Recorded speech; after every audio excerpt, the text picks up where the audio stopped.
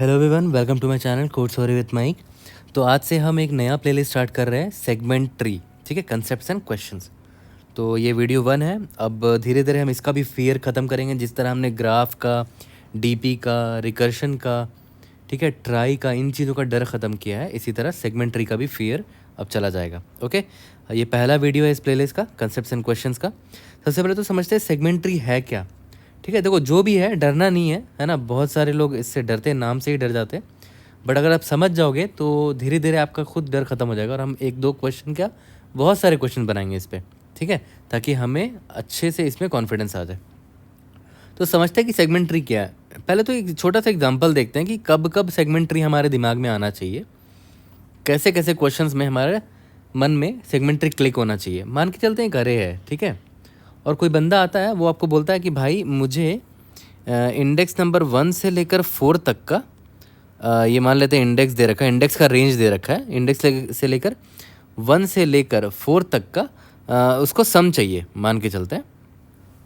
ठीक है, तो आप बोलोगे हाँ कोई दिक्कत नहीं, आराम से आप 1 से 4 तक को इटरेट कर लो और उसका सम निकाल लो। ठीक है, 1 से 4 यानी कि आई से जे तक का सम निकाल लो। ठीक है, बहुत अच्छी बात है, बहुत सिंपल था ये।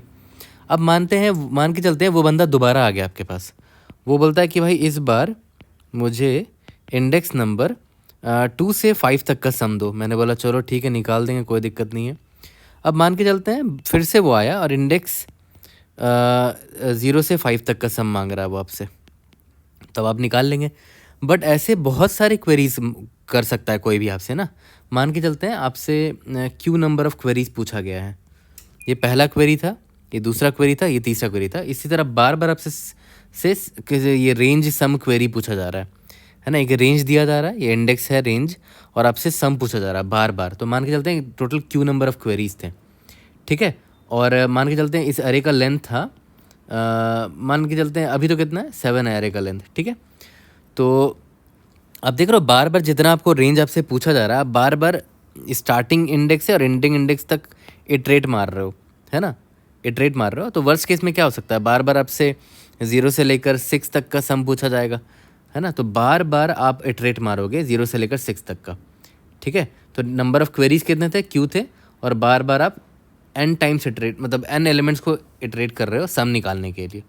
ठीक है, तो overall time complexity O of Q into N आ रहा है, क्योंकि क्यू टाइम्स पूछा जा रहा है आपसे वो क्वेरी, और आप बार बार इटरेट कर रहे हो, तो उसके लिए ओ ऑफ एन लग रहा है। ठीक है, तो अब देखो इसमें प्रॉब्लम क्या है ना, कि अगर मान लेते हैं एन बहुत बड़ा होता, मान लेते हैं लार्ज एन होता, मान के चलो 10 का पावर 6 है साइज़ अरे का। ठीक है, और क्वेरी मान लेते हैं बहुत, क्वेरी भी बहुत बार पूछा जा रहा है, मान लेते हैं 10 का पावर 4 टाइम्स क्वेरी पूछा जा रहा है। तो समझ रहे हो, देख रहे हो कितना बड़ा टाइम कॉम्प्लेक्सिटी हो जाएगा, 10 का पावर 4 इंटू 10 का पावर 6, ये तो बहुत बड़ा नंबर है। तो बार बार आप 10 का पावर 6 लेंथ पे इटरेट मार के सब निकालोगे तो दैट्स नॉट फीजिबल, है ना। बहुत बड़ा साइज़ है ये तो अरे का, तो बार बार आप इटरेट करोगे तो बहुत स्लो है वो ऑपरेशन आपका।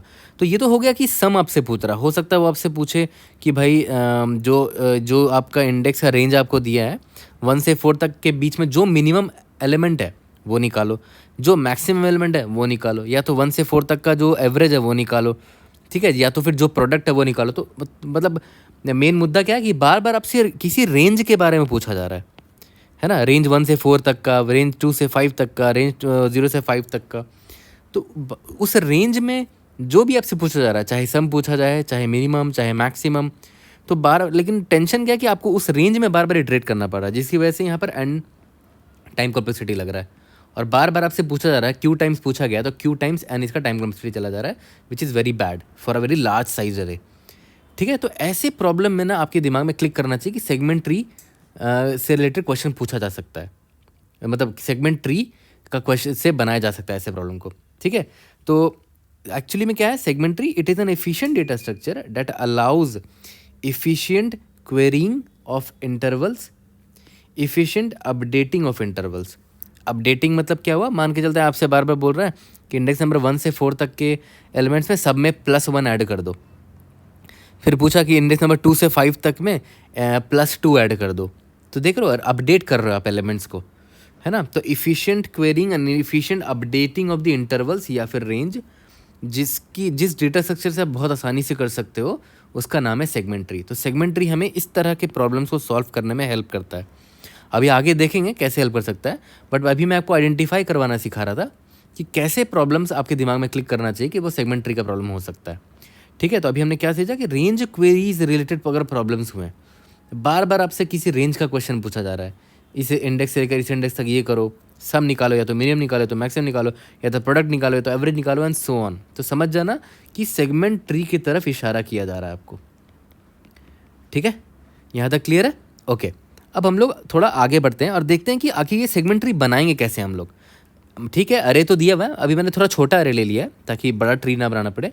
तो ठीक है, मतलब अरे मिल गया। अब देखते हैं कि कैसे सेगमेंट ट्री बनाया जाए, और फिर उसके बाद देखेंगे कि कैसे ये हमारे प्रॉब्लम को आसान कर रहा है। जो ऊपर हमने देखा था ना, Q टाइम्स N लग रहा था टाइम कॉम्प्लेक्सिटी, कैसे इसको ये बेटर कर रहा है। ओके, तो देखो ये मेरा अरे दे रखा है और अब हमें एक सेगमेंट ट्री बनाना है।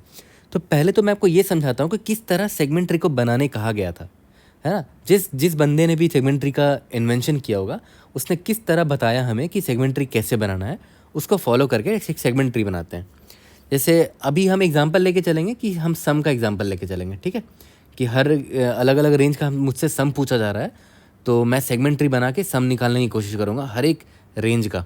ठीक है, एकदम इफिशिएंटली। ठीक है, तो एग्जांपल अभी हम रेंज सम का देख रहे हैं एग्जांपल। ठीक है, ओके। तो अब फिर से बात है, सेगमेंट ट्री है, मतलब एक ट्री है ना, तो ट्री का एक रूट होगा। तो चलो ठीक है, एक रूट बना दिया मैंने। ठीक है, और ये रूट नोड आपको पता है क्या कह रहा है। हर नोड, ट्री में बहुत सारे नोड्स होते हैं, तो हर नोड पता है आपको क्या शो करेगा। हर नोड एक रेंज को शो करेगा। जैसे ये रूट है ना, मतलब ये इंटायर अरे का कवर करेगा, इंटायर अरे का रेंज को कवर करेगा। ये पूरा अरे का रेंज कहाँ से कहाँ तक है, 0 से लेकर 4 तक का है। तो रूट क्या बोलेगा कि 0 से लेकर 4 तक का रेंज को मैं शो कर रहा हूँ, या फिर मैं 0 से लेकर 4 तक के रेंज को रिप्रेजेंट कर रहा हूँ। और इतने तक का सम क्या है, 3 1 4 2 6, 6 7 13 14, और इसका सम क्या है, 14 है। चलो ठीक है, यहाँ तक तो समझ में आ गया। उसके बाद आगे बढ़ते हैं कि अब इसके बाद क्या बोला गया कि जो रेंज है ना, 0 से 4 रेंज है, 0 से लेकर 4 तक का रेंज है, इस रेंज का हाफ कर दो। जैसे 0 से 4 है ना, ये L है, ये राइट बाउंड है, ये लेफ्ट बाउंड राइट बाउंड। इसका हाफ कैसे निकालते थे, याद करो, L + R/2, जैसे बाइनरी सर्च में निकालते थे। तो 0 + 4/2 2 आ गया। ठीक है, क्या आया, मिड क्या आया, मैं मिड लिख देता हूँ। मिड क्या आ गया मेरा, 2 आ गया। तो 0 से 4 को हमने हाफ में तोड़ा, और मिड क्या आया, 2 आया। तो मैं क्या करूँगा ना, 0 से लेकर एक 2 तक का, मतलब 0 से लेकर मिड तक का एक रेंज बना, एक नोड बनाया जो कि 0 से लेकर 2 तक को रिप्रेजेंट करेगा। अब 0 से लेकर 2 तक को ये रिप्रेजेंट कर रहा है, और जो रिमेनिंग क्या है, 3 से 4, मतलब मिड + 1 से लेकर राइट तक का। मिड 2 था, तो मिड + 1 क्या हो जाएगा, 3 से राइट तक का, 3 से 4 तक को ये रिप्रेजेंट कर रहा है। ठीक है, और उसका 0 से लेकर 2 तक का सम क्या है, 3 1 4 2 6 है। ठीक है, 6 है, और 3 से लेकर 4 तक का सम क्या है, 7 + 1 दैट इज़ 8 है। यहाँ तक क्लियर है? ओके, अब इसी तरह फिर फर्दर तोड़ते हैं। 0,2 है ना, ये देख रहे हो, 0 से 2 को रिप्रेजेंट कर रहा है। तो इसको भी फिर हाफ में तोड़ोगे, तो 0 + 2/2 1 आ गया, यानी कि मिड मेरा 1 आया। तो मैं क्या करूँगा, 0 से लेकर 1 तक को ये रिप्रेजेंट करेगा, 0 से लेकर मिड तक को रिप्रेजेंट करेगा, और ये रिप्रेजेंट करेगा मिड + 1, यानी कि 2 से लेकर 2 तक को ये रिप्रेजेंट करेगा। ठीक है, तो 0 से लेकर 1 तक को रिप्रेजेंट कर रहा है कौन सा, ये है रेंज है ये ना, तो उसका सम है 4। 2 से लेकर 2 तक को, तो ये इतना ही पार्ट हुआ, इसका सम क्या है, 2 है। ठीक है, सिमिलरली ये 3,4 है, तो 3 + 4/2 कितना हो जाएगा, 7, दैट इज़ 3 आ जाएगा। ठीक है, तो मैं क्या करूँगा, 3 से लेकर 3 तक को रिप्रेजेंट करेगा ये, 3 से लेकर 3 तक को ये रिप्रेजेंट करेगा। कौन है 3 से 3 में, 7 एक मात्र एलिमेंट है, तो सम उसका 7 होगा। ठीक है, और 4 से लेकर 4 तक को ये नोड रिप्रेजेंट करेगा, 4 से लेकर 4 तक को एक ही एलिमेंट है, दैट इज़ 1। ठीक है, अब यहाँ पर देखते हैं इसको, देखो ये फर्दर टूट सकता है ना, 0 से लेकर 1 तक है, तो ये रिप्रेजेंट टूट जाएगा 2 में, 0 से 0, और ये टूट जाएगा मिड + 1 से 1, 1 से 1 है ना। तो 0 से 0 क्या हो गया, 3 हो गया, 1 से 1 क्या हो गया, 1 हो गया। ठीक है, अब एक चीज़ ध्यान दो, ये लोग आपके लीफ नोड है ना, क्योंकि फर्दर तो टूट नहीं सकता ना। ये तो 0 0, ये 1 1, ये 2 2 फर्दर तो और टूट नहीं सकता, ठीक है। और यहाँ पर देखो हम कब आकर रुक गए, जब मेरा जो रेंज है उसका लेफ़्ट और जो रेंज है उसका राइट दोनों इक्वल आ गया, मतलब एल जो है इज इक्वल टू आर के बराबर आ गया। तो अब से बात है, अब हम फर्दर इसको स्प्लिट नहीं कर सकते, एक ही एलिमेंट को रिप्रेजेंट करने वाला हमें नोड मिल चुका है। ये लोग देखो एक ही एलिमेंट को रिप्रेजेंट कर रहे हैं, ठीक है। यहाँ तक क्लियर है। और यहाँ से आपको कुछ कुछ चीज़ें समझ में आ गई होंगी, और वो कुछ चीज़ें क्या है वो मैं आपको समझाता हूँ। सबसे पहला चीज़ कि ये एक बाइनरी ट्री होने वाला है। बाइनरी ट्री का मतलब क्या होता है, बाई मतलब दो होता है ना, तो देखो यहाँ पर बाइनरी ट्री का मतलब क्या हुआ, जैसे ये हुआ, इसको फिर हमने 2 चिल्ड्रन हुए इसके, है ना, इसके 2 चिल्ड्रन हुए। सिमिलरली सॉरी हाँ, इसी तरह देखो इसके भी 2 चिल्ड्रन हुए, इसके भी 2 चिल्ड्रन हुए। पहला चीज़ ये, लीफ नोड को छोड़कर देखो, अगर आप लीफ नोड को कंसिडर ना करो, उसके अलावा जितने नोड्स हैं उनके 2 चिल्ड्रन होंगे, 2 चिल्ड्रन ऑफ ऑल नोड्स या फिर of all non leaf nodes, ठीक है। यहाँ तक क्लियर हुआ कि 2 चिल्ड्रन हर किसी के होंगे जो नॉन लीफ नोड्स हैं उसको छोड़ के। कभी भी ऐसा नोड आपको नहीं मिलेगा जिसका एक चाइल्ड हो और यहाँ पर कुछ ना हो, ऐसा नहीं होगा। या तो दोनों चिल्ड्रन होंगे या तो चिल्ड्रन एकदम नहीं होगा। जैसे ये देखो लीफ नोड है तो इनका चिल्ड्रन है ही नहीं, और ये नॉन लीफ नोड है तो इनका 2 चिल्ड्रन है, ठीक है। यहाँ तक क्लियर है। तो देखो अब और चीज़ें ऑब्जर्व करते हैं। अगर आप ध्यान दो तो इस सेगमेंट ट्री में 3 तरह के नोड्स हैं।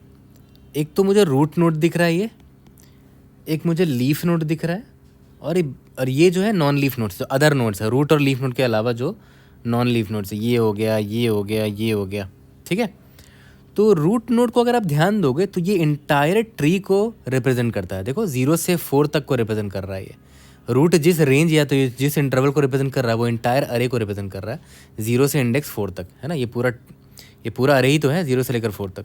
तो रूट जो है इंटायर अरे को रिप्रेजेंट करता है, और जो लीफ है वो हर सिंगल एलिमेंट को रिप्रेजेंट करता है। जैसे ये देखो, ये सिर्फ 4 को रिप्रेजेंट कर रहा है, इंडेक्स नंबर 4 से 4 तक को, मतलब सिर्फ इस एलिमेंट को रिप्रेजेंट कर रहा है। इस लीफ को देखो, ये सिर्फ 3 से लेकर 3 तक को रिप्रेजेंट कर रहा है, यानी कि leaf node represents all the single elements of the अरे। और जो उसके अलावा रूट और लीफ नोड्स के अलावा जो नॉन लीफ नोड्स हैं, ये अरे के इंटरवल यानी या फिर सेगमेंट्स को रिप्रेजेंट करते हैं। जैसे ये वाला जो है ये इंडेक्स नंबर 3 से 4 तक को रिप्रेजेंट कर रहा है, मतलब इस पार्ट को रिप्रेजेंट कर रहा है। ये जो है इंडेक्स नंबर 0 से 2 को रिप्रेजेंट कर रहा है ना, एंड सो ऑन। तो 3 तरह की चीज़ हमने क्या देखी। पहला leaf nodes, leaf node represents a single element in an array. दूसरा root node represents the entire array, यही मैंने अभी आपको बताया। तीसरा है अदर नोड्स, जो कि लीफ और रूट नोड के अलावा जो नोड्स है, रिप्रेजेंट्स एन इंटरवल और द रेंज ऑफ एन अरे। हर ये लोग नोड जो है कुछ ना कुछ इंटरवल को रिप्रेजेंट कर रहे हैं अरे में, ठीक है। यहाँ तक तो क्लियर है। ये चीज़ें तो बेसिक चीज़ें थी, समझ में आ गया होगा आपको। अब एक चीज़ ध्यान दो, यहाँ पर आपने नोटिस किया होगा इसका हाइट लॉग ऑफ एन है, और ऐसा क्यों हुआ होगा खुद सोचो। यहाँ पर देखो पहला वाला जो नोड है, रूट नोड है, वो 0 से 4 तक को रिप्रेजेंट कर रहा था। फिर हमने इस 0 से 4 को 2 हाफ में बांट दिया, 0 से 2, 3 से 4। फिर इस 0 से 2 को हमने 2 हाफ में बांट दिया। तो देख रहे हो, हर बार हम हाफ में बांट रहे हैं। तो ऑब्वियस सी बात है, ये जो हाइट आपको मिलेगा ना, वो ceiling of log of n मिलेगा टू द बेस 2, ठीक है। आप कोई भी नंबर ऑफ नोड्स के लिए आप वेरीफाई करके देख सकते हो, हमेशा सेगमेंट ट्री का जो हाइट होगा log of n to the base 2 होगा, ठीक है। एक और इम्पॉर्टेंट प्रॉपर्टी मैं आपको बता देता हूँ, थोड़ा साइड मतलब एक्स्ट्रा इन्फॉर्मेशन मैं आपको दे रहा हूँ, बहुत इंपॉर्टेंट भी नहीं है ये इन्फॉर्मेशन, बट स्टिल मैं आपको बता देता हूँ। एक चीज़ ध्यान दो, कोई भी नोड को पकड़ लो। चलो एक काम करते हैं, मान लेते हैं इस नोड को पकड़ा आपने, इसका 2 सब ट्री होगा। एक सब ट्री ये है लेफ्ट वाला, और एक सब ट्री ये है। इन दोनों सब ट्री का हाइट निकालो तो इसका हाइट कितना है, 1 2। इसका हाइट कितना है, 1 है ना। H2 जो है यहाँ पर 1 है। अब दोनों के हाइट का डिफरेंस जब लोगे, H1 माइनस H2 का जब डिफरेंस लोगे, तो वो 1 से ज़्यादा कभी नहीं आएगा, है ना। 1 से ज़्यादा कभी नहीं आएगा। कोई भी एक और एग्जांपल ले लेते हैं, इसको मैं इरेज कर देता हूँ, कोई दूसरा एग्जांपल ले लो। और ये कॉलेज में पढ़ाया भी गया होगा, इस प्रॉपर्टी को कुछ कहते भी हैं। जैसे इस रूट, मान लेते इस नोड को आपने पकड़ा, इसका लेफ्ट सब ट्री उठा लो, ये वाला, ठीक है। इसका हाइट कितना है, 1 2 3। इसका हाइट मुझे 3 दिख रहा है, H1। और इसका राइट सब ट्री जो है इसका हाइट जो है 1 2 2 है, दोनों का डिफरेंस निकालो तो H3 माइनस H2 कितना हुआ, 3 माइनस 2 दैट इज़ 1। कभी भी किसी भी नोड का जो दो सब ट्रीज़ है दोनों के हाइट का डिफरेंस एक से ज़्यादा कभी नहीं होगा। इस प्रॉपर्टी को की वजह से हम इसको बोलते हैं बैलेंस्ड बाइनरी ट्री। बहुत फेमस टर्म है ये, गूगल करोगे तो बहुत कुछ आपको इस जानने को मिलेगा बैलेंस बाइनरी ट्री के बारे में। बट ये चीज़ आपको जानना था कि सेगमेंट ट्री में भी को भी हम बैलेंस बाइनरी ट्री भी बोल सकते हैं, ठीक है, कि वो बैलेंस्ड है। ओके, यहाँ तक क्लियर है। अब आगे बढ़ते हैं। अब देखते हैं कि अगर मान लेते हैं हमारे पास एक अरे दे रखा है, मान लेते हैं इस अरे का साइज़ n है। यहाँ पर एग्जांपल में मैंने कितना लिया है, n इज इक्वल टू 8 है इसका साइज़। तो इस अरे को सेगमेंट ट्री में रिप्रेजेंट करने पर कितने नोड्स चाहिए होंगे वो देखते हैं। तो मैंने आपको सिखाया था कि हर लीफ नोड सेगमेंट ट्री का हर एक एलिमेंट को रिप्रेजेंट करेगा, हर लीफ नोड। तो यहाँ पर कितने एलिमेंट है, 8 एलिमेंट है, तो 8 लीफ नोड होंगे मेरे पास। 1 2 3 4 5 6 7 8, ठीक है, 8 लीफ नोड होंगे और वो उनको ये रिप्रेजेंट कर रहा होगा 3 2 1 2 1 3 2 4, ठीक है। उसके बाद तो आपको पता ही है कि इन दोनों को कंबाइन करके एक नोड बनाएंगे, इन दोनों को कंबाइन करके एक नोड बनाएंगे, इन दोनों को कंबाइन करके एक नोड बनाएंगे, इन दोनों को कंबाइन करके एक नोड बनाएंगे, ठीक है। और फिर इसके बाद इन दोनों को कंबाइन करके एक नोड बनेगा, इन दोनों को कंबाइन करके एक नोड बनेगा, फिर इन दोनों को कंबाइन करके एक नोड बनेगा, ठीक है। तो चाहे तो ऊपर से देखो या नीचे से बिल्ड करो सेगमेंट ट्री को, सेम चीज़ मैं कर रहा हूँ। जैसे यहाँ पे मैंने ऊपर से बना के दिखाया था, यहाँ से मैं नीचे से बना के आपको दिखा रहा हूँ।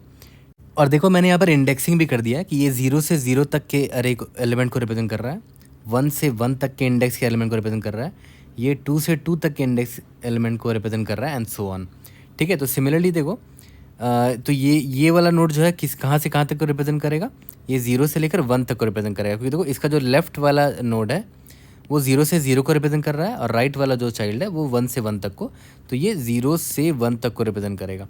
सिमिलरली ये 2 से 3 को रिप्रेजेंट करेगा, ये 4 से 5 को, ये 6 से 7 को। अब यहाँ पर देखो ये किसको रिप्रेजेंट करेगा, ये 0 से 1 है, ये 2 से 3 है, तो ये 0 से लेकर 3 तक को रिप्रेजेंट कर रहा है ना। ये 0 से 1 है, ये 2 से 3 है, तो ओवरऑल मिला के 0 से 3 को ये रिप्रेजेंट कर रहा होगा, एंड सो ऑन, ठीक है। यहाँ भी ये कहाँ से कहाँ तक रिप्रेजेंट करेगा, 4 से 7 को, ये 0 से 3, ये 4 से 7, मतलब ये 0 से 7 को रिप्रेजेंट करेगा, ठीक है।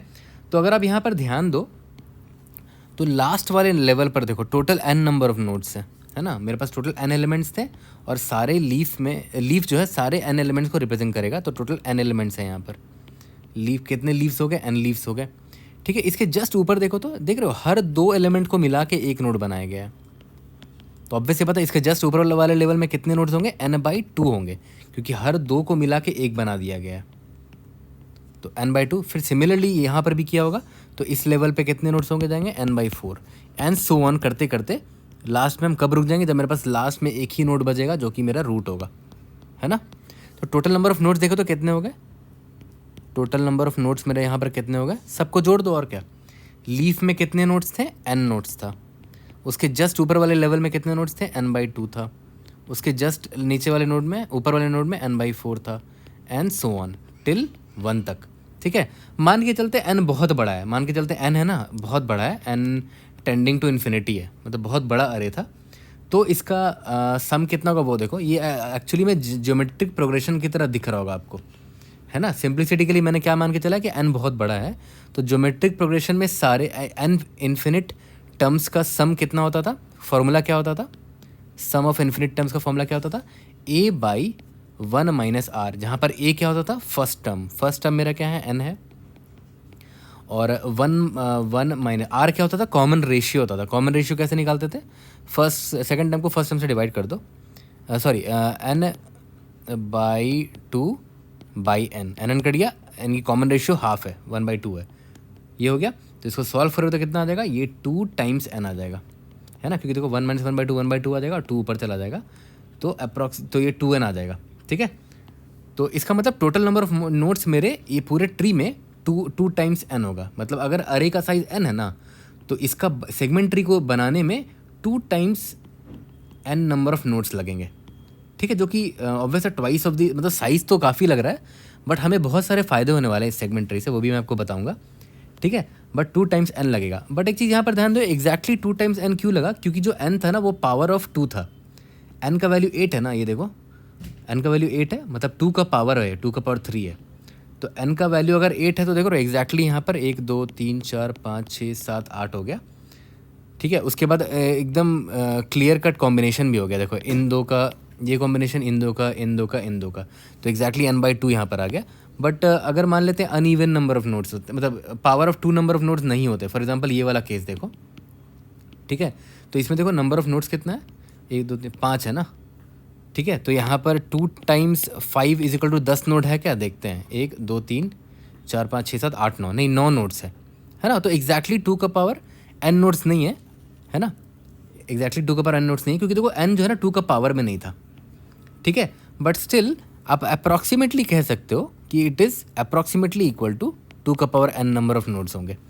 ठीक है, बहुत जगह आप ये भी पढ़ोगे कि ऐसा लिखा होता है, बहुत जगह आप पढ़ोगे, आपको मिल जाएगा कि सिंस लीफ नोट्स कितने होते हैं, n होते हैं, और जो इंटरनल नोट्स होते हैं ना, इंटरनल नोट्स वो n-1 होता है। ठीक है, इसको भी आप समझ सकते हो, मतलब कहीं पर आपको मिल जाएगा ऑनलाइन, या आपका होमवर्क रहेगा कि आप इस चीज़ को समझना कि इंटरनल नोट्स n-1 क्यों है। तो इसको जोड़ के बहुत लोग बोलते हैं कि n प्लस n-1 कितने नंबर नोट्स हो गए, 2n-1 नंबर ऑफ नोट्स हो गए। ठीक है, which is approximately equal to 2 of n, जो कि मैंने आपको प्रूफ करके दिखाया। ठीक है, और एग्जैक्टली 2n कब होगा, जब n जो है मेरा पावर ऑफ 2 होगा। वो तो क्लियर कट आपको ट्री डायग्राम से ही दिख रहा है, क्योंकि एग्जैक्टली वो इस फॉर्मूला में बैठ जाएगा और 2 टाइम्स n आ जाएगा उसका वैल्यू। ठीक है, ओके, यहाँ तक तो आपको समझ में आ गया कि टोटल नंबर ऑफ नोट्स कितने होंगे। अब आगे बढ़ते हैं। अब देखो बहुत लोग के मन में ये क्वेश्चन आएगा कि मतलब रेंज सम अगर मुझे निकालना ही है तो मैं क्यों प्रीफिक्स सम क्यों नहीं यूज़ कर रहा हूँ, why am I not using prefix sum array. तो मैं बोलता हूँ कि कर सकते हो, डेफिनेटली कर सकते हो। प्रीफिक्स सम मान लेते निकालना हुआ, मान लेते ये नम से आपका, तो मैं पहले से ही प्रीफिक्स सम निकाल लूँगा। जैसे ये 1 हो गया, 0 तक का सम, इंडेक्स नंबर 1 तक का सम कितना हो जाएगा, 1 + 3 4, 2 तक का सम कितना हो जाएगा, 1 + 3 4 4 4 8 8 2 10 10 2 12। तो मैंने प्रीफिक्स सम पहले ही यहाँ पर निकाल दिया। अब मुझे कोई भी रेंज सम क्वेरी पूछ लो, मान लेते हैं कोई मुझसे पूछता है कि इंडेक्स नंबर 1 से लेकर इंडेक्स नंबर 4 तक का सम बताओ।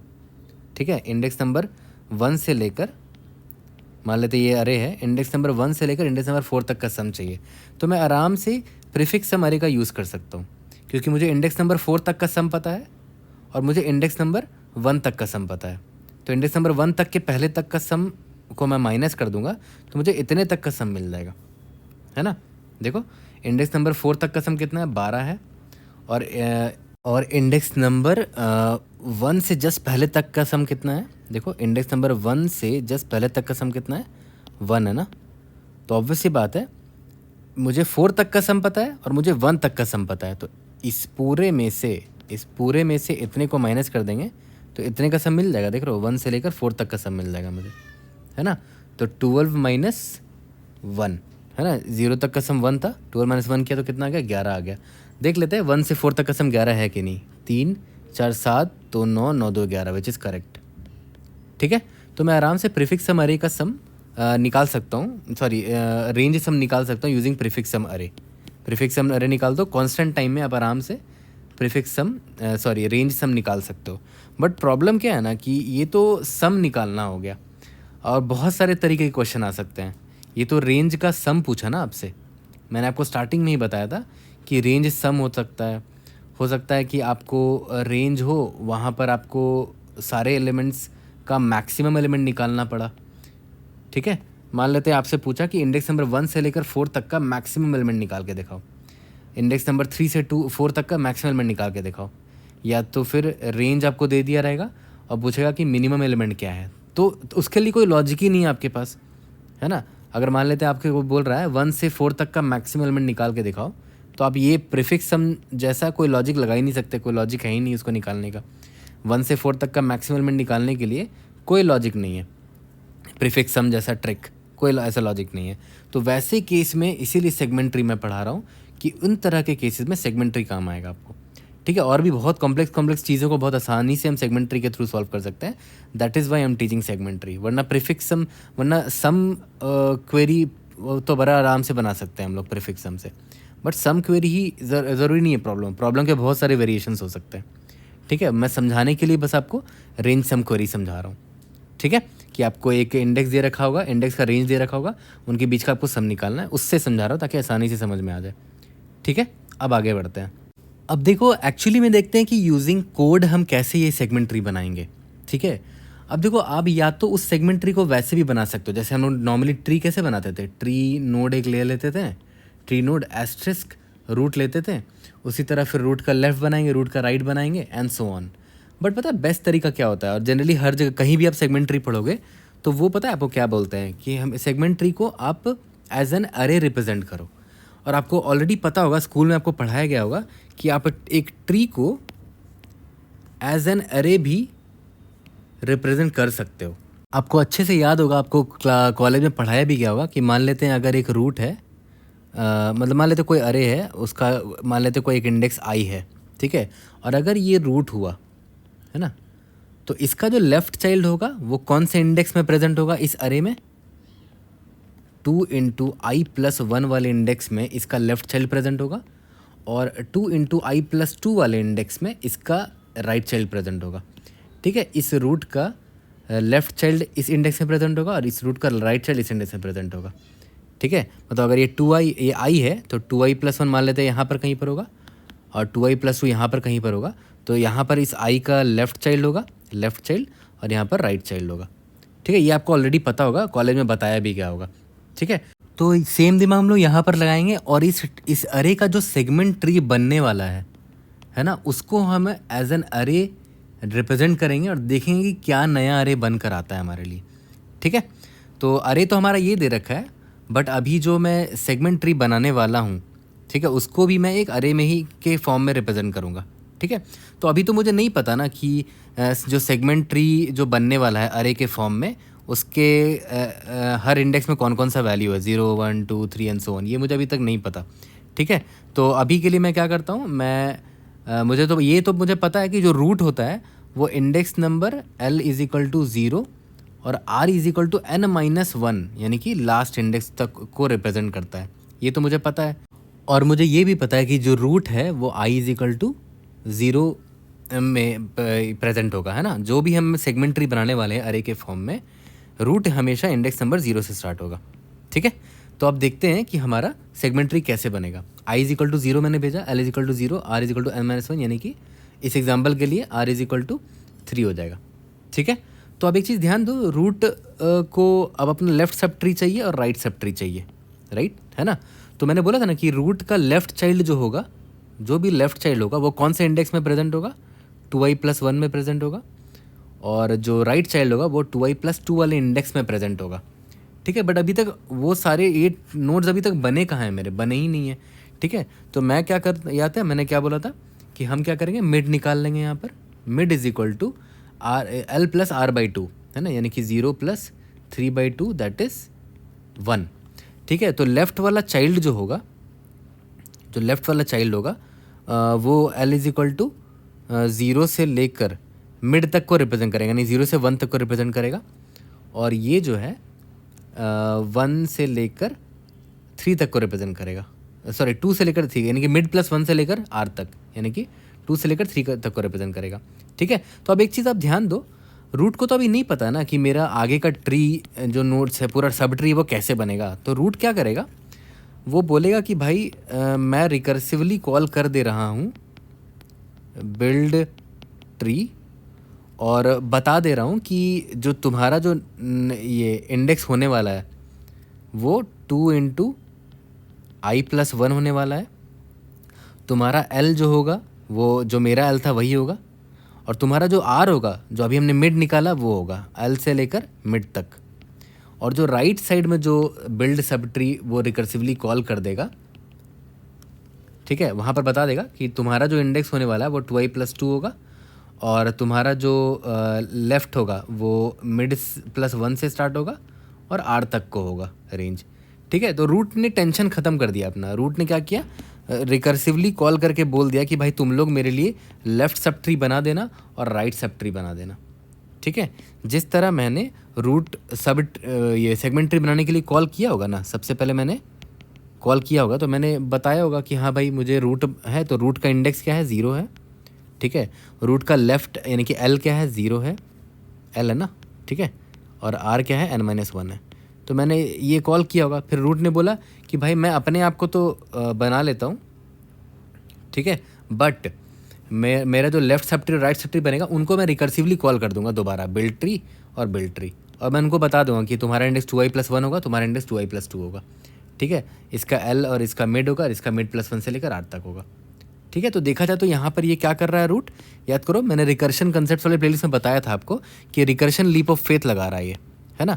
ये ब्लाइंडली रिकर्शन कॉल कर दे रहा है और हम ये उम्मीद कर रहे हैं कि वो ट्री हमारे लिए बना देगा, ठीक है, ट्री हमारे लिए बना देगा, ठीक है। तो एक काम करते हैं, यहाँ तक तो मुझे समझ में आ गया कि रिकर्सिव कॉल जो हमारा लिखाने वाला है वो कैसे लिखाने वाला है। तो मैं आपको एक बार रिकर्सिव जो अभी हमने ये रिकर्शन समझा, देखते हैं ये हम लोग कैसे लिखेंगे कोड में। तो देखो अभी तक हमने जितना ट्री डायग्राम से समझा कि रिकर्शन कुछ ऐसे चलेगा, उसको कैसे लिखेंगे स्टोरी टू कोड में। बहुत सिंपल सा तरीका है लिखने का। मैंने सबसे पहले बोला था ना कि मैं सबसे पहले तो बिल्ड ट्री को कॉल कर दूंगा और बोल दूंगा कि मेरा रूट जो है वो इंडेक्स नंबर 0 पर होगा, ये मेरा आई हो गया, और ये जो रूट है वो एल से लेकर एल = 0 है ना, 0 से लेकर और आर यानी वो इंटायर अरे को कवर करता था, याद है, आर, और आर में क्या था, n-1 था। तो ये मैंने कॉल कर दिया बिल्ड ट्री को, ठीक है।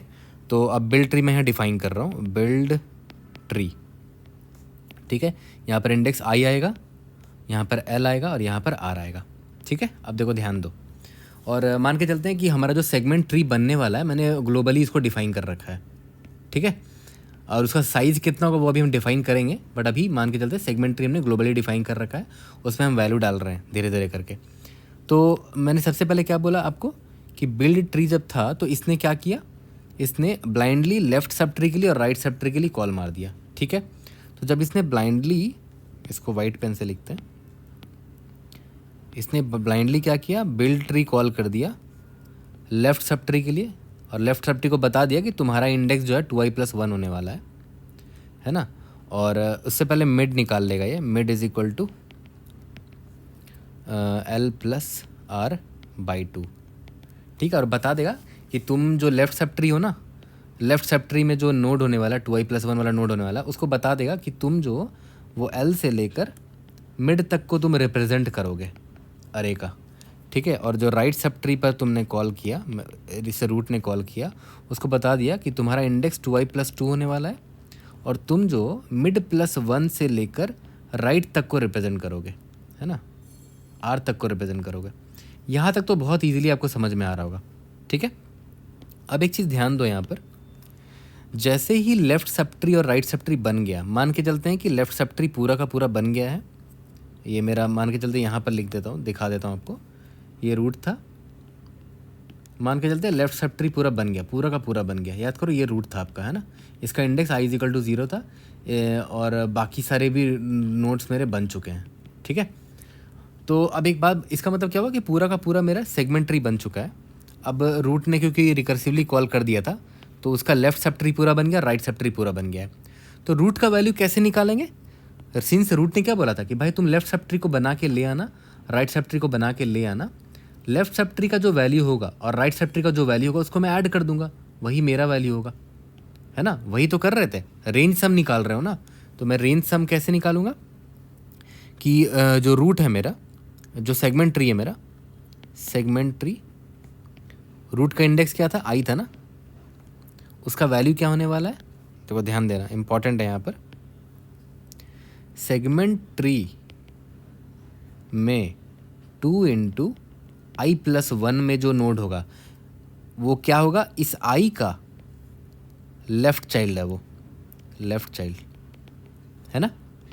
और इस i का राइट चाइल्ड कौन होगा, 2 × i+2, दोनों को जोड़ दो, प्लस सेगमेंट ट्री जो आपने अरे बना दिया 2 × i+2, ठीक है। अब आप सोचोगे कि भैया अभी तो i के लिए हमने कॉल किया था और आप यहाँ पर i सेगमेंट ट्री i में किसकी वैल्यू डाल रहे हो, उनके लेफ्ट चाइल्ड की वैल्यू और राइट चाइल्ड की वैल्यू। तो लेफ्ट चाइल्ड की राइट चाइल्ड की वैल्यू कब भर गई होगी, ये फिल हो चुकी होगी, क्योंकि देखो हमने रिकर्शन यहाँ कॉल मार दिया है, तो ये अंदर ही अंदर रिकर्शन कॉल हिट कर करके इसने इन सारे वैल्यूज़ को भर दिया होगा पूरे अरे को, ठीक है।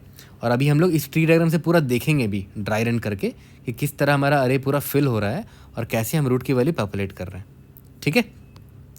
तो यहाँ तक ये वाला लाइन बहुत इंपॉर्टेंट था समझना, ये वाला लाइन बहुत इंपॉर्टेंट था समझना, ठीक है। कि भाई ये जो रूट है, देखो ध्यान दो, फिर से बड़ा सिंपल तरीके से समझा रहा हूँ। ये मैंने सबसे पहले बोला कि ये रूट का इंडेक्स है, रूट लेफ़्ट से राइट को रिप्रेजेंट कर रहा है, ठीक है। और बिल्ड ट्री में मैंने कॉल किया इंडेक्स आई, ये एल है, ये आर है। रूट ने क्या बोला कि भाई मैं build tree left sub tree को पूरा बना देना, और लेफ़्ट सब ट्री को मैं बता देता हूँ कि उसका इंडेक्स क्या होने वाला है, लेफ़्ट सब ट्री का जो रूट होगा, और राइट सब ट्री का जो रूट होगा उसका इंडेक्स क्या होने वाला है वो मैं बता देता हूँ उनको, और उनका रेंज क्या होगा वो भी बता देता हूँ, एल से मिड, मिड प्लस 1 से आर। तो ये उम्मीद में मैं हूँ कि ये जो दोनों रिकर्सिवली कॉल मैंने किया है तो ये लेफ़्ट सब ट्री को भी पूरा बना देंगे और राइट सब ट्री को भी पूरा बना देंगे। और लास्ट में मैं क्या करूँगा, मैं रूट हूँ i is equal to index i पर मैं रूट का वैल्यू डाल दूंगा, क्या होगा 2i+1 में जो वैल्यू होगा और 2i+2 में जो वैल्यू होगा उन दोनों का सम होगा, है ना। ऐसे ही होता था। तो अगर आप ध्यान दो, ऊपर जो हमने ट्री बनाया था तो उस ट्री को अगर आप ध्यान दोगे तो ऐसे ही तो हो रहा था। यहाँ पर सबसे टॉप में जो मैंने ट्री बनाया था, ये देखो, ये इसका वैल्यू 3 था, इसका वैल्यू 1 था, तो इन दोनों को जोड़ दो तो 4 आ गया। इसका 4 है, इसका वैल्यू 2 है, इन दोनों को जोड़ दो तो 6 आ गया। तो आपको हर रेंज का सम मिल जा रहा है। इसका 7 था, इसका 1 था, दोनों को जोड़ दो 8 आ गया। अब देखो ये मेरा रूट है, मान लेते हैं इंडेक्स नंबर आई पर है, ठीक है। तो इसका लेफ्ट चाइल्ड 2 इंटू i+1 पर होगा इंडेक्स में, राइट चाइल्ड 2i+2 पर होगा। तो 2i+1 में जो भी वैल्यू होगा, कौन सा वैल्यू है 6 है, 2i+2 में वैल्यू कौन सा है 8 है, 6 + 8 कर दो 14 आ गया आंसर, ठीक है। यहाँ तक क्लियर। तो हमें सम ही तो करना था, तो हमने यहाँ पर सम निकाल दिया, ठीक है। क्यों? क्योंकि हम यहाँ पर रेंज सम क्वेरी प्रॉब्लम सॉल्व कर रहे हैं, है ना। मैंने एग्जांपल में क्या लिया है कि बंदा कि कोई आपसे क्या क्वेश्चन पूछा जा रहा है, हर एक रेंज का आपसे सम पूछा जा रहा है, तो इसलिए मैंने यहाँ पर सम निकाला है। अब अलग अलग टाइप के क्वेश्चंस आते हैं, मिनिमम निकालना है, मैक्सिमम निकालना, तो उनके लिए अलग थोड़ा सा कोड मॉडिफाई करना पड़ेगा, वो हम आगे देखेंगे। बट अभी के लिए ये कोड आपको समझ में आ चुका होगा, ठीक है। अब सिंस ये रिकर्सिव कॉल है, अगर आपने मेरा रिकर्शन कंसेप्ट्स वाला प्लेलिस्ट देखा होगा तो मैंने उसमें आपको बताया है कि भाई अगर आप रिकर्शन कॉल कर रहे हो तो बेस कंडीशन तो आपको देना होगा, वरना कभी ये कोड रुकेगा ही नहीं और आपका कोड फट जाएगा, है ना। ऑब्वियस बात है, बेस केस लिखना पड़ेगा। यहाँ पर बेस केस अभी भी मिसिंग है, ठीक है। तो बेस केस आप खुद से फिगर आउट कर सकते हो, बट मैं ट्री डायग्राम जो बनाऊंगा ना वहाँ से मैं आपको सिखाना चाहता हूँ कि बेस केस हमारा क्या होगा। तो मैं थोड़ा सा इसको क्लियर कर देता हूँ ताकि मैं पूरा ट्री आपको बना कर दिखा सकूँ, ठीक है। ओके, इसको पूरा इरेज कर देते हैं और एकदम स्टार्टिंग से स्टार्ट करते हैं। तो देखो यहाँ पर मैं पूरा आपको ट्री डायग्राम से समझाऊंगा। यहाँ पर ये मेरा अरे है, अब मुझे एक सेगमेंट ट्री बनाना है, ठीक है। अब मान लेते हैं अभी के लिए मेरा सेगमेंट ट्री ये है और पूरा खाली है ये अभी, ठीक है, क्योंकि अभी मैंने एलिमेंट्स इसमें भरे ही नहीं है, ओके। बट मुझे इतना पता है कि सेगमेंट ट्री जो भी मेरा बनने वाला है, अरे ये सेगमेंट ट्री है मेरा, इसका इंडेक्स नंबर 0 पर रूट तो ज़रूर होगा, ठीक है। अब उस रूट में क्या वैल्यू होगा वो तो अभी तक तो मुझे नहीं पता, तो मैंने देखो यहाँ पर रिकर्शन कॉल कर दिया बिल्ड ट्री, ठीक है। इंडेक्स नंबर 0 भेज दिया कि ये रूट का इंडेक्स है, और रूट जो है इंडेक्स नंबर 0 से लेकर 3 तक, यानी कि ये एल है आपका और ये आर है, इसको रिप्रेजेंट कर रहा होगा। अच्छा, बार बार बिल्ड ट्री ना लिखना पड़े इसलिए मैं शॉर्टकट में लिख देता हूँ अभी के लिए, इसका नाम बीटी लिख देते हैं। बीटी मतलब बिल्ड ट्री हुआ, ठीक है। अब इसने बोला कि भाई मुझे तो अभी नहीं पता वैल्यू, तो मैं क्या करूँगा, लेफ़्ट पहले तो इसका मिड निकाल लूँगा, मिड इज़ इक्वल टू 0 + 3/2 है ना, यानी कि 1 आ गया। तो मैं लेफ़्ट साइड कॉल कर दूंगा बीटी। अब बोलूँगा कि भाई तेरा इंडेक्स पता है क्या होने वाला है, ये आई था ना, ये एल था, ये आर था, 2i+1 होने वाला है, यानी कि 2 × 0+1 यानी कितना हो जाएगा 1 हो जाएगा।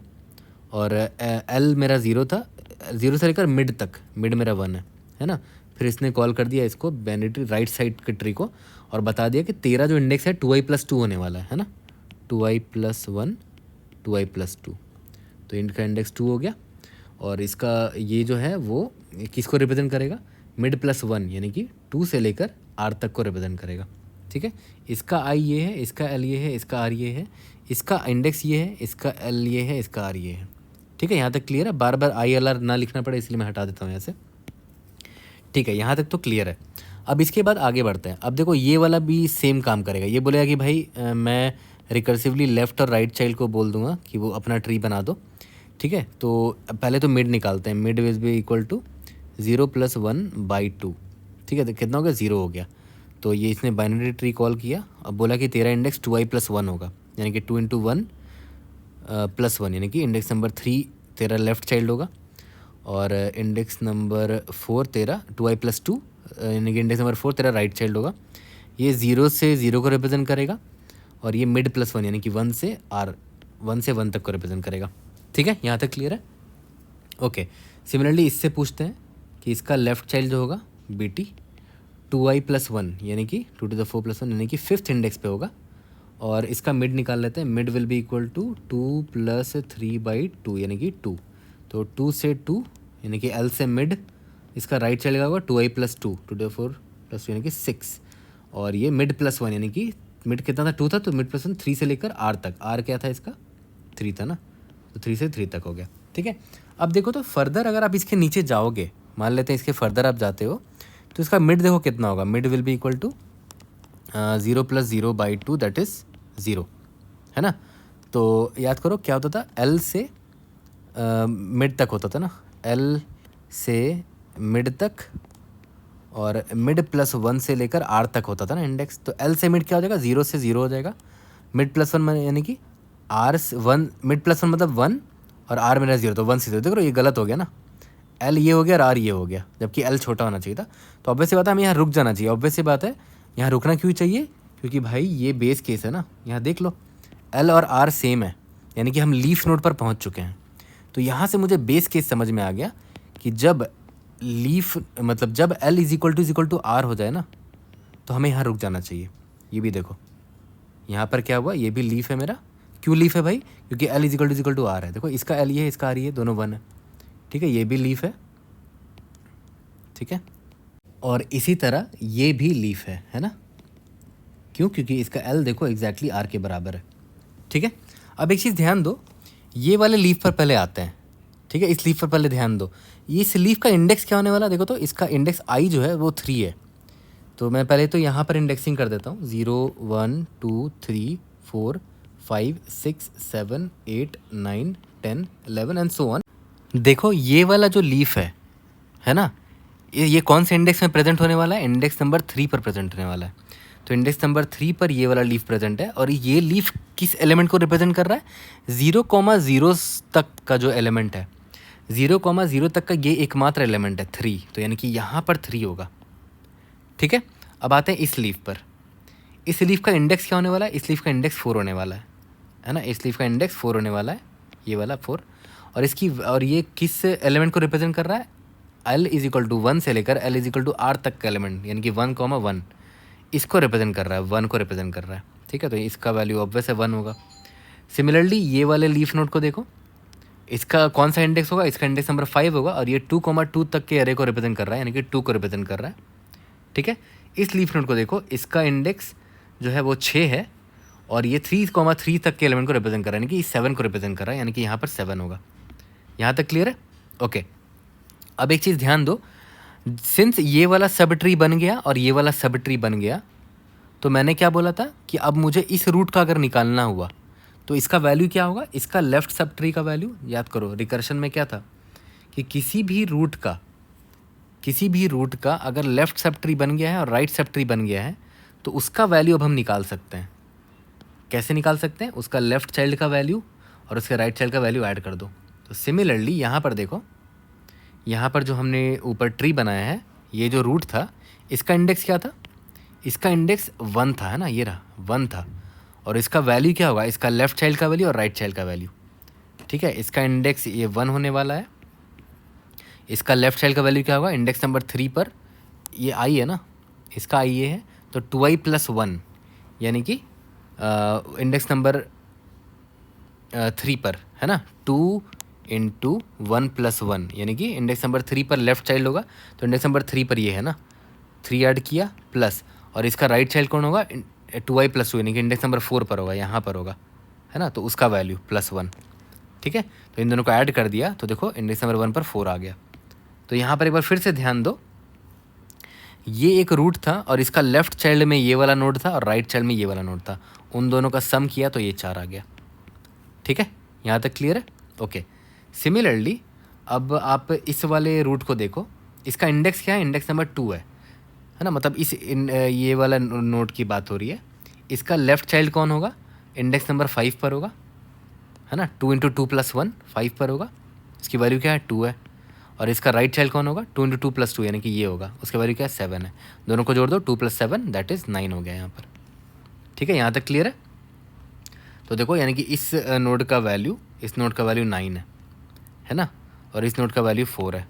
ओके, अब आ जाते हैं इस रूट पर, ये जो मेन रूट था जहाँ से सब कुछ स्टार्ट हुआ था, इसका इंडेक्स 0 है, यानी कि अब इसकी बात हो रही है। सेगमेंट ट्री में इसका इंडेक्स 0 है, और इसका लेफ्ट चाइल्ड कौन था, इंडेक्स नंबर 1 पर था और इंडेक्स नंबर 2 पर था, यानी कि ये और ये था। दोनों का वैल्यू ऐड कर दो, 4 + 9 13, 4 + 9 कितना हो गया 13, है ना। इसको इरेज करके यहाँ पर लिख देते हैं 13। तो देखो आपका इंडेक्स, आपका जो ये है सेगमेंट ट्री पूरा बन चुका है। तो अब देखो यहाँ पर ध्यान से, इसका बेस केस अब हम लिखने के लिए रेडी हो चुके हैं। ये जो हमारा कोड था ना, यहाँ पर हमने बेस केस के लिए वेट किया था हमने। एक बार कोड को फिर से देखो, मैंने करंट इंडेक्स आई पर हूँ, उसका रेंज एल से आर है, मैंने मिड निकाला और मैंने क्या किया, लेफ़्ट सब ट्री को पूरा बना दिया, राइट सब ट्री को पूरा बना दिया। मैं उम्मीद में हूँ कि ये left sub tree right sub tree मेरे लिए पूरा बना देंगे। इसी को क्या बोलते हैं, रिकर्शन लीप ऑफ फेथ। हर जगह रिकर्शन यूज़ होता है, इसलिए रिकर्शन कंसेप्ट्स एंड क्वेश्चंस वाला प्लेलिस्ट मेरा ज़रूर से देख लेना। ठीक है, और जैसे ही मेरा लेफ्ट और राइट सब ट्री बन गया, ठीक है, तो करंट जो रूट है उसका इंडेक्स आई था ना, उसका इंडेक्स आई था, तो उसका इंडेक्स आई पर कौन सा वैल्यू डालना है, उसके लेफ्ट चाइल्ड का वैल्यू यानी कि 2i + 1 में जो भी वैल्यू होगा, और उसके राइट चाइल्ड का वैल्यू 2i + 2 में जो भी वैल्यू होगा। ठीक है, बट ये और अगर मान लेते मेरा बेस केस हुआ ये, यानी कि इफ़ L = R हुआ, तब तो बहुत सिंपल केस था। याद करो उस केस में हम लोग क्या कर रहे थे, देखो अगर L = R होगा तो इधर ही रुक जाएंगे, और कौन सा इंडेक्स है आई है ना, तो सेगमेंट ट्री जो भी मेरा है उसका इंडेक्स नंबर आई पर मैं कौन सा वैल्यू डालने वाला हूँ, देखो तो 0 से 0 L = R है ना, 1 से 1, 2 से 2, 3 से 3, यानी कि एक ही एलिमेंट को रिप्रेजेंट कर रहा है ये। ठीक है, तो जो भी मेरा अरे था इनपुट में, या फिर नम्स, उसको जो भी कह लो, नम्स ऑफ या तो L लिखो या तो R लिखो, बात एक ही, क्योंकि एक ही एलिमेंट को रिप्रेजेंट कर रहा है और L = R है। बस ये हो जाएगा और यहाँ से रिटर्न कर जाएंगे हम लोग। यहाँ तक क्लियर है। तो देखो सेगमेंट ट्री को आपने कितने आसानी से बना लिया। अब एक बिगिनर भी अब इस कोड को बिना देखे लिख सकता है। मैं आपको बोलूँगा, ज़रूर से सजेस्ट करूँगा कि वीडियो पॉज करो और इस कोड को भूल जाओ और बिना देखे इस कोड को लिखो, बहुत ईजिली आप लिख लोगे, है ना। नॉर्मल बाइनरी सर्च जैसा ही लग रहा है आपको, है ना। और अगर आपने हीप पढ़ा होगा कभी भी, तो हीप भी कुछ इसी तरह से फॉर्म करते हैं हम लोग। उसमें भी लेफ्ट चाइल्ड 2i + 1 होता है, राइट चाइल्ड 2i + 2 होता है, एंड सो ऑन। ठीक है, तो बहुत सिंपल सा था। और देखा है तो इस कोड को हमने इस ट्री डायग्राम से ही डिराइव किया है। हमेशा रिकर्शन वाले प्रॉब्लम को मैं हमेशा ट्री डायग्राम बनाता हूँ और वहाँ से कोड फॉर्मुलेट कर लेता हूँ। यहाँ पर भी हमने वही किया है। ठीक है, तो हमने सेगमेंट ट्री बनाना सीख लिया है, बिल्ड ट्री। ठीक है, यहाँ तक क्लियर है। अब देखो आपके मन में क्वेश्चन आया होगा कि जो सेगमेंट ट्री वाला अरे हमने लिया था उसका साइज़ क्या होना चाहिए। तो एक बार ऊपर चलते हैं, जो हमने सेगमेंट ट्री अभी बनाया ट्री डायग्राम के थ्रू, तो देखते हैं उसका कितना, सेगमेंट ट्री जो बना था उसका साइज़ कितना है। देखो तो यहाँ पर जो सेगमेंट ट्री बना है इसका साइज़ मुझे दिख रहा है 7 दिख रहा है, 1 2 3 4 5 6 7। ठीक है, बट मैंने आपको बताया था ना कि approximately 2 cross n number of nodes होंगे हमारे सेगमेंट ट्री में। तो n का वैल्यू कितना था, n का वैल्यू यहाँ 4 था, तो अप्रॉक्सीमेटली 8 नोड्स होंगे। तो हमारे अरे का साइज़ हमें 8 ले लेना चाहिए, यानी कि इतना लेना चाहिए था। तो हम लोग अप्रॉक्सीमेटली 8 ले लेंगे, 2 टाइम्स n ले लेंगे, to be on the safer side. ठीक है, तो अरे हम सेगमेंट ट्री का साइज़ कितना लेंगे, अप्रॉक्सीमेटली 2 का पावर 2 × n, है ना, to be on the safer side. और या तो एक और तरीका मैंने आपको बताया था कि total number of leaf nodes कितने होंगे, n होते हैं, और total number of internal nodes n-1 होते हैं, है ना। तो दोनों को जोड़ दो, n + n-1 that is 2n-1, n कितना 4 है, 2 4 8 -1 दैट इज़ 7। ठीक है, तो देखो इस अरे का साइज़ देखो एग्जैक्टली 7 है ना। बट स्टिल सेफर साइड में रहने के लिए 2 टाइम्स n हम साइज़ अरे ले लेंगे, अरे का साइज़ ले लेंगे 2 टाइम्स n। ठीक है, ओके। और भी बहुत सारी चीज़ें आपको पता चलेंगी, थोड़ा वेट करो, धीरे धीरे हम लोग समझेंगे। अब हम लोग यहाँ पर लास्ट में समझते हैं कि हमने जो बिल्ड करना सीखा है सेगमेंट ट्री को, ठीक है, जो सेगमेंट ट्री को हमने बिल्ड करना सीखा है उसका टाइम कॉम्प्लेक्सिटी क्या होगा, है ना, उसका टाइम कॉम्प्लेक्सिटी क्या है। स्पेस कॉम्प्लेक्सिटी तो आपको समझ में आ गया, क्योंकि आपने देख रहे हो एक सेगमेंट ट्री नाम का एक अलग से अरे बनाया है जिसका साइज है 2 टाइम्स n होने वाला है अप्रॉक्सीमेटली। तो स्पेस कॉम्प्लेक्सिटी तो समझ में आ गया, O ऑफ 2 टाइम्स n होगा। और आप सिंस रिकर्शन कॉल कर रहे हो तो देख रहे हो लॉगरिथम इसका हाइट कितना होगा, सिस्टम का स्टैक भी आप यूज़ करोगे ना एक्चुअली में, देख रहे हो यहाँ पर आप रिकर्शन कॉल मार रहे हो तो इसका हाइट कितना होने वाला है, अप्रॉक्सीमेटली लॉग ऑफ n होने वाला है ना। इसका सीलिंग वैल्यू ले लो तो मतलब एक आपने ऑक्सिलरी इतना स्पेस लिया है और सिस्टम का स्टैक भी आप ले रहे हो लॉग ऑफ n, है ना। ये स्पेस कॉम्प्लेक्सिटी हो गया। अब देखते हैं टाइम कॉम्प्लेक्सिटी। तो टाइम कॉम्प्लेक्सिटी में आपको याद होगा कि हम नोड को जब बनाते थे, सेगमेंट ट्री को जब बनाते थे तो पहले रूट से स्टार्ट करते थे। तो रूट वाले नोड को यानी कि इंडेक्स नंबर i=0 को मैंने एक बार विजिट किया, फिर उसकी लेकिन नीचे लेफ्ट सब ट्री और राइट सब ट्री को बनाने के लिए मैं यहाँ पर आया और यहाँ पर आया। फिर इसके बाद मैं इसका left sub tree right sub tree बनाने के लिए फिर यहाँ पर आया, फिर यहाँ पर आया, सिमिलरली यहाँ पर आया, यहाँ पर आया। अब मान के चलते हैं मैं लीफ नोड पर आ गया हूँ कि ये लोग लीफ नोड है, मान के चलते हैं। तो फिर इन लीफ नोड से मैं वापस से ट्रैवर्स करता था बैक, यहाँ से वापस से ट्रैवर्स करता था बैक और इसका वैल्यू फिर निकालता था। मान लेते हैं इसका वैल्यू x है, इसका वैल्यू y है, तो इसका वैल्यू x+y। तो वापस से मैं एक बार और आया यहाँ पर। सिमिलरली यहाँ पर भी z और h है तो z+h इसका वैल्यू, तो यानी कि मैं यहाँ से वापस फिर इसके पास आया, फिर इसका वैल्यू अपडेट किया। फिर यहाँ से वापस मैं यहाँ पर आऊँगा तो फिर से मैं इसको विजिट करूँगा दोबारा से इस रूट को और इसका वैल्यू यहाँ पर अपडेट कर दूँगा।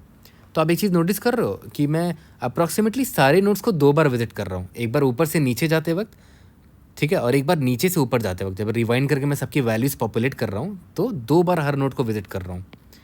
विजिटिंग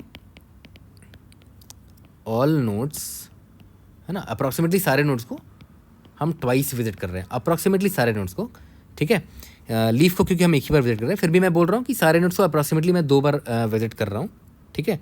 तो हमारा टाइम कॉम्प्लेक्सिटी क्या होगा, टोटल कितने नोड्स थे हमारे पास, 2 × n नंबर ऑफ नोड्स थे अप्रॉक्सीमेटली, ठीक है। और इतने नोड्स को मैं 2 बार विजिट कर रहा हूँ, तो 2 times 2 × n which is approximately equal to O of n, ठीक है। तो यानी कि time complexity of building a segment tree is linear O of n approximately. यहाँ तक क्लियर हो गया। तो देखो आई थिंक एक वीडियो के लिए इतना सारा नॉलेज इज़ इनफ, ठीक है। अब इसका दूसरा पार्ट आएगा जिसमें मैं फर्दर सेगमेंट ट्री के बारे में आपको पढ़ाऊंगा और बहुत कुछ चीज़ें सीखनी बाकी है, लेकिन एक चीज़ इंश्योर कर रहा हूँ कि जो जो चीज़ें आप सीखोगे सारे बहुत ईजी लगेंगे आपको। जैसे यहाँ पर आपने जो कोड लिखा है वो बिना देखे अब आप ज़रूर से लिख सकते हो, बहुत सिंपल सा कोड हमने लिखा है। बस एक चीज़ आपको आना चाहिए, जो ट्री डायग्राम बनाते हैं ना हम लोग सेगमेंट ट्री का, वो आपको बनाना आना चाहिए। जो ट्री डायग्राम था, है ना, वो आपको आसानी से बना सकते हो। तो वहाँ से कोड डिराइव करना इज़ वेरी ईजी, ठीक है। तो अब हम देखते हैं हमने क्या क्या पढ़ लिया। व्हाट इज़ सेगमेंट ट्री हमने पढ़ लिया, और बिल्डिंग अ सेगमेंट ट्री वो भी हमने सीख लिया, कोड लिखना सीख लिया है, ठीक है। यहाँ तक क्लियर है। अब हम फर्दर क्या सीखेंगे कि भाई अभी तो हमने ये सीखा ना कि सेगमेंट ट्री क्या है और बिल्डिंग अ सेगमेंट ट्री हमने सीख लिया। अब हम देखेंगे कि सेगमेंट ट्री में अगर अपडेट क्वेरी आता है, ठीक है, बहुत सारे ऐसे प्रॉब्लम्स आएंगे जिसमें अपडेट क्वेरी आएगा आपको, ठीक है। या तो फिर क्वेरी किया जाएगा कि L से R के बीच का सम बताओ, हो सकता है फिर एक L1 से R1 के बीच का सम बताओ, है ना। इस तरह के क्वेरी सेगमेंट ट्री में क्वेरी कैसे करते हैं वो सीखेंगे। और अगर मान लेते हैं हमारा जो एक्चुअल अरे दे रखा था उसमें अगर कोई अपडेट हो जाता है तो हमारा सेगमेंट ट्री में किस तरह हम अपडेट करेंगे वो सीखेंगे, ठीक है। तो ये दोनों बहुत ही इम्पॉर्टेंट होने वाला है, ये दोनों वीडियो, ठीक है। तो आई होप ये पहला पार्ट आपको समझ में आ गया होगा।